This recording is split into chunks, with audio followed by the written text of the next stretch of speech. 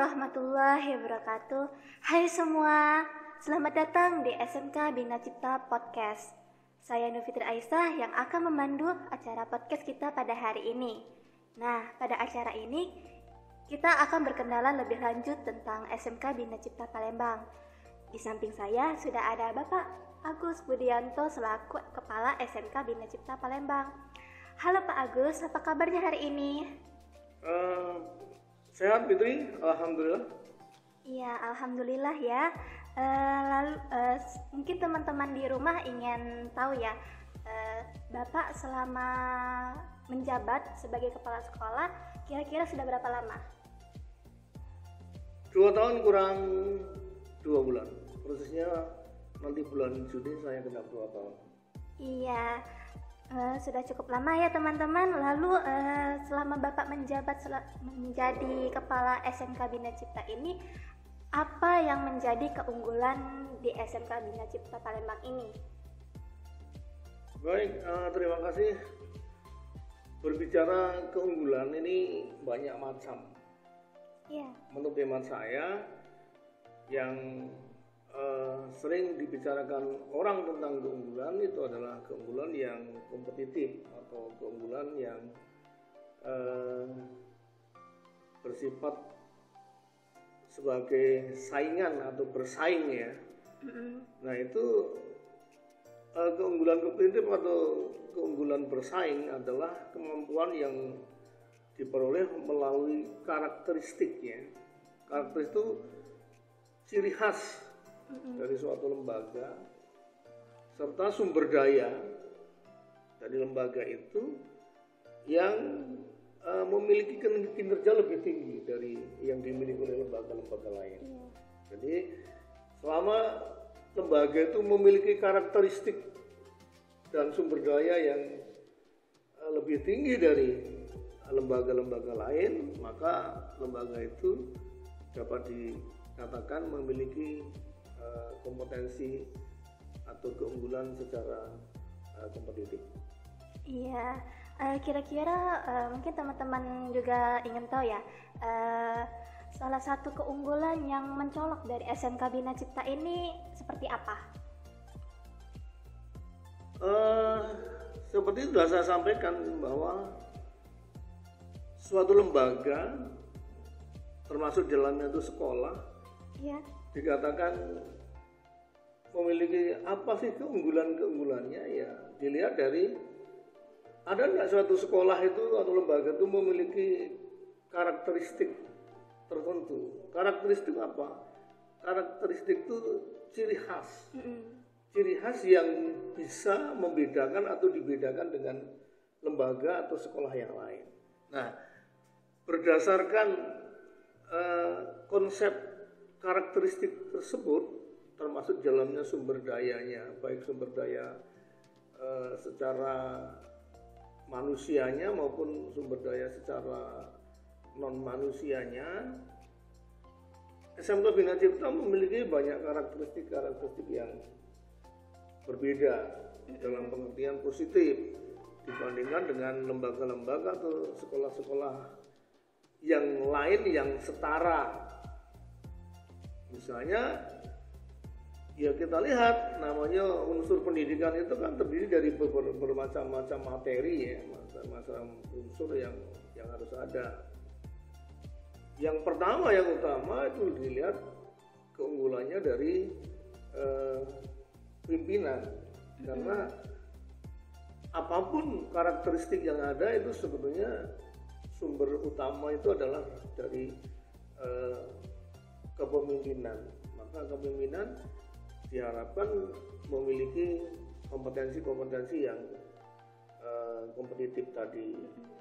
Nah, saya bukan menyatakan bahwa diri saya adalah memiliki keunggulan kompetitif yang mungkin lebih baik atau lebih hebat dari pemimpin-pemimpin yang lain, tetapi saya minimal memenuhi unsur-unsur yang dipersyaratkan sebagai seorang pemimpin. Selain itu tentu saja kita tidak bisa bekerja sendiri, di dalamnya juga ada unsur-unsur yang lain. Misalnya ya SDM. Nah, SDM itu berbicara tenaga pendidik dan kependidikan. Iya. Nah, tenaga pendidik dan kependidikan di SMK Bina Cipta secara umum, menurut penilaian saya, tenaga pendidik dan kependidikan juga memiliki tugas fungsi pokoknya benar-benar sesuai dengan apa yang menjadi tugas fungsi pokoknya masing-masing. Kemudian selain itu juga bisa dilihat dari sarana prasarananya, dilihat dari performanya bangunan.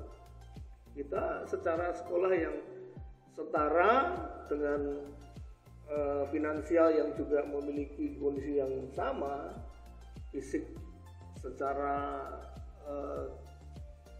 penampakannya SMK Bina Cipta juga tidak kalah dengan sekolah-sekolah yang lain.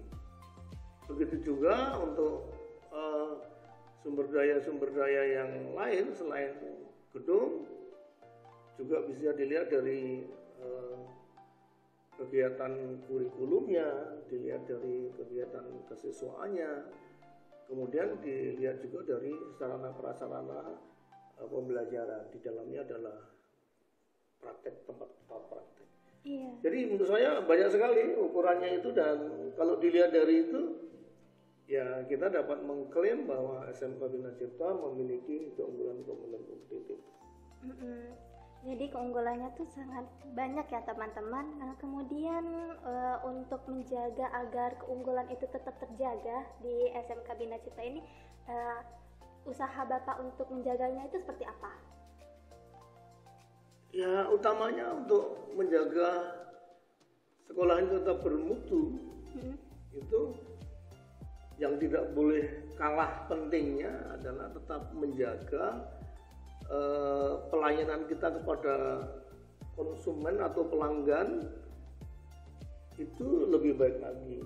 Dalam artian apa? Pelayanan konsumen kita ramah, responsif, memuaskan kepada pelanggan.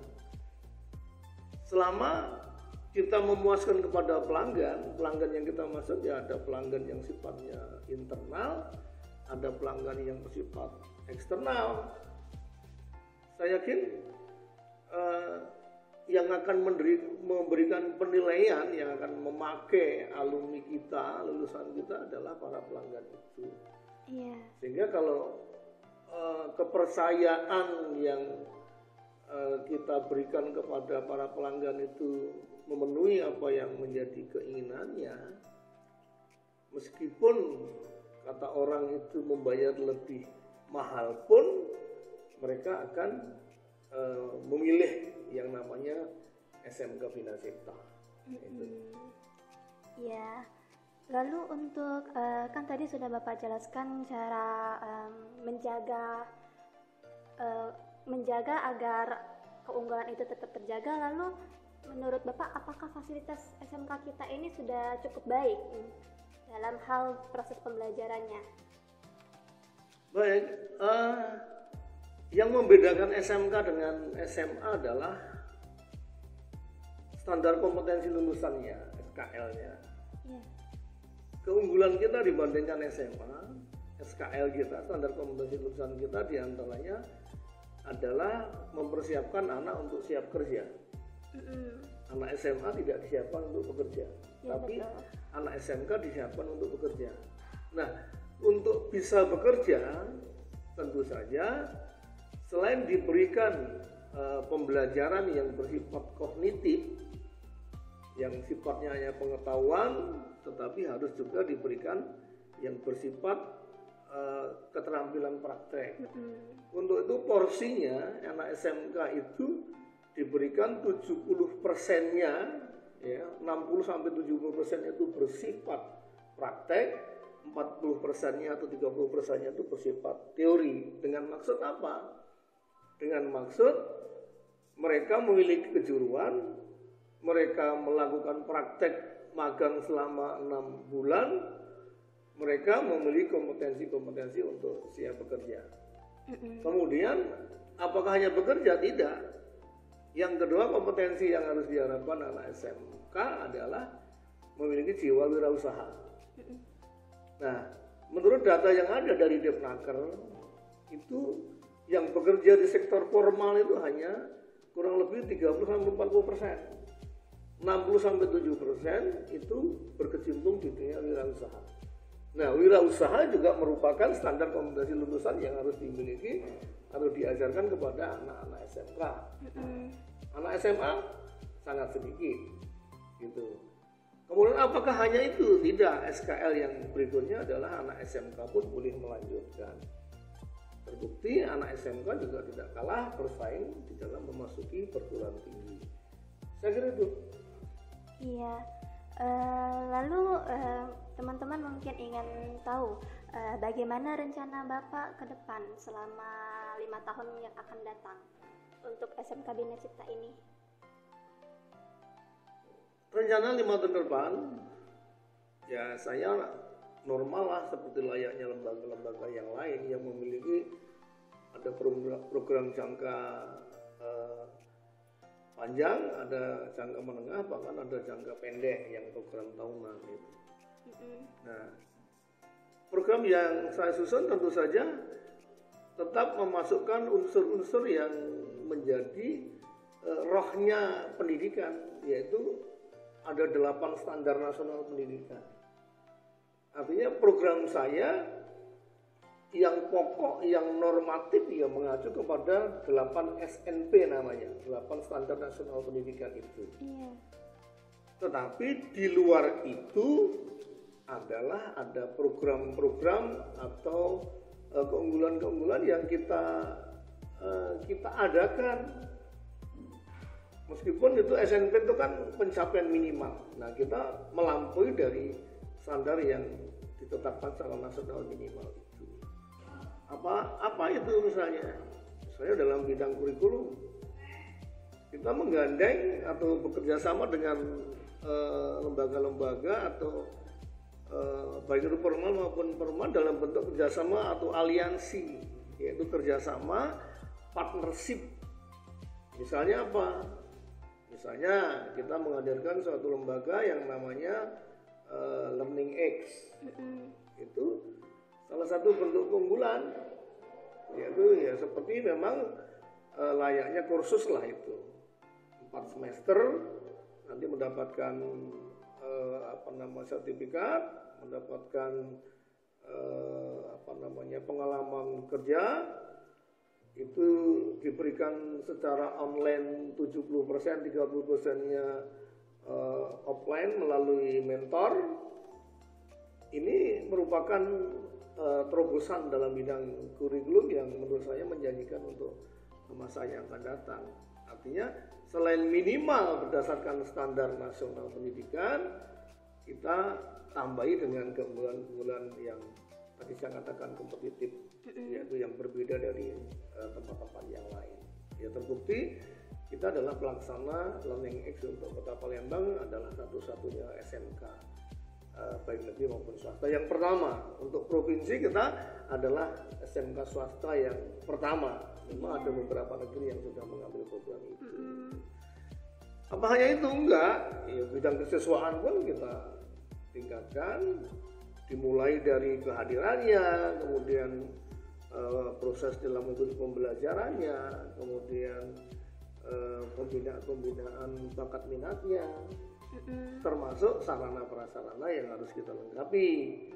Karena tadi saya katakan kompetensi anak SMK itu berbeda dengan SMA, karena harus bekerja ya mereka harus punya pengalaman dengan kejuruannya. Misalnya mereka ngambil bidang komputer, masa nggak bisa mengoperasikan dan bekerja dengan memanfaatkan komputer, kan aneh namanya. Nah, untuk itu tentu saja harus dilengkapi. Anak yang mengambil jurusan TBSM nih, teknik bisnis sepeda motor, masa nggak bisa misalnya dia membenarkan atau membenahi motor-motor yang rusak. Artinya seandainya selesai dari SMK Bina Cipta 3 tahun, ya mereka bisa langsung ikut bekerja atau ikut juga mendirikan usaha-usaha yang berhubungan dengan kompetensi kejuruannya. Tadi kan sudah Bapak jelaskan kalau anak SMK itu berbeda dengan anak SMA, dan juga mereka itu juga dipersiapkan untuk lebih ke arah berwirausaha ke dunia kerja ya. Lalu di SMK Bina Cipta ini apakah anak-anak tersebut ada suatu konseling untuk membimbing mereka ke jenjang karirnya? Boleh dijelaskan? Boleh ada.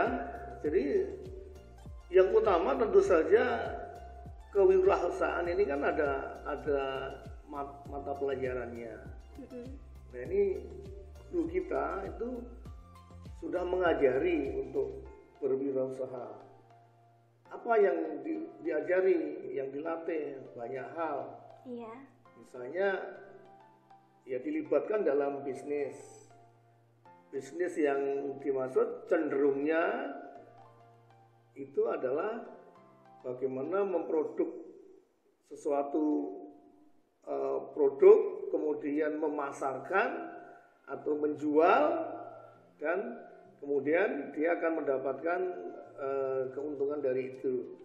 Nah di sekolah kan diajari oleh guru-guru kita bahwa anak diajari untuk membuat produk-produk tertentu yang kemudian dipasarkan, kemudian dijual kepada lingkungan kita. Bahkan ada yang ikutkan di pasar di tempat lain.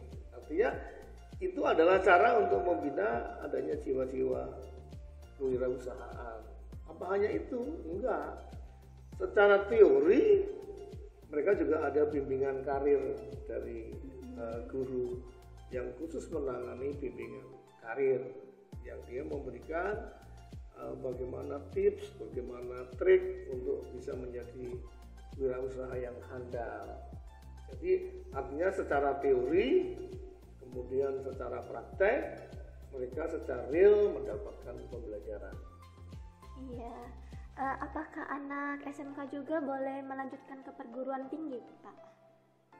Ya, kalau zaman saya tahun 70-an itu anak SMK itu hanya satu kompetensi aja. Kalau dulu hanya disiapkan untuk bekerja. Iya. Dulu tidak ada disiapkan untuk wirausaha, tidak ada siapkan untuk boleh melanjutkan. Boleh melanjutkan, tetapi harus bekerja dulu baru melanjutkan. Tetapi kalau sekarang, saya katakan anak SMK lebih unggul dari anak SMA. Itu kompetensi anak SMK yang pertama itu bekerja. Disiapkan untuk bekerja. Yang kedua disiapkan untuk berwirausaha. Yang ketiga disiapkan untuk juga melanjutkan ke jenjang yang lebih tinggi.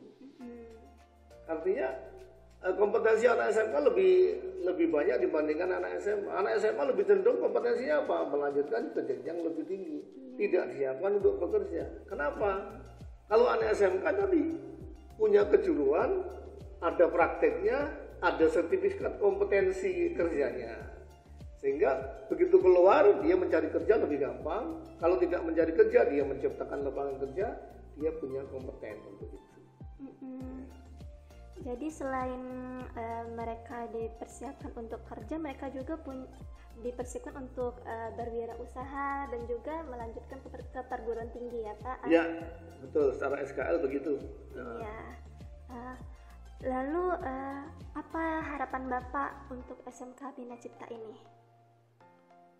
Harapan saya tentu saja sampai kapanpun lembaga ini tetap akan memiliki kompetensi yang sifatnya kompetitif tadi, atau yang bisa selalu bersaing.